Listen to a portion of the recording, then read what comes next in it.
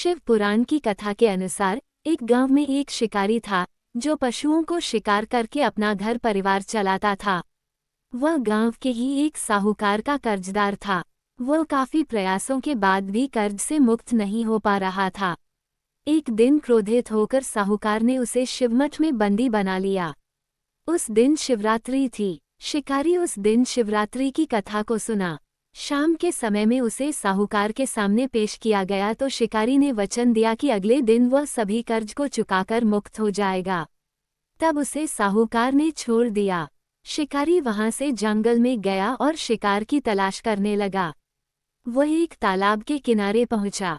वहां पर वह एक बेल के पेड़ पर अपना ठिकाना बनाने लगा।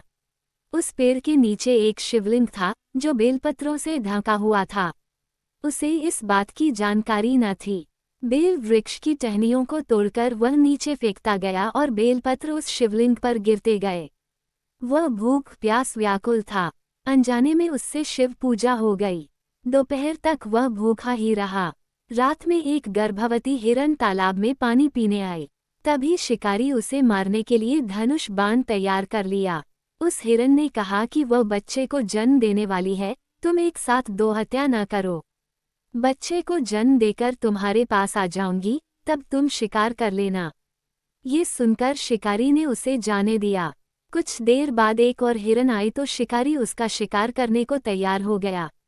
तभी उस हिरन ने कहा कि वह अभी ऋतु से मुक्त हुई है। वह अपने पति की तलाश कर रही है क्योंकि वह काम के वशीभूत है। वह जल्द ही पति से मिलने के बाद शिकार के लिए उपस्थित हो जाएगी। शिकारी ने उसे भी छोड़ दिया। देर रात एक हिरन अपने बच्चों के साथ उस तालाब के पास आए। शिकार एक साथ कई शिकार देखकर खुश हो गया। वह शिकार करने के लिए तैयार हो गया। तभी उस हिरन ने कहा कि वे अपने बच्चों के साथ इनके पिता की तलाश कर रही है। जैसे ही वो मिल जाएंगे तो वह शिकार के लिए आ जाएगी। इस बार शिकारी उन्हें छोड़ना नहीं चाहता था, लेकिन उस हिरन ने शिकारी को उसके बच्चों का हवाला दिया तो उसने उसे जाने दिया। अब शिकारी बेल वृक्ष पर बैठकर बेलपत्र तोड़कर नीचे फेंकते जा रहा था। अब सुबह होने ही वाली थी। तभी वहां एक हिरन आया।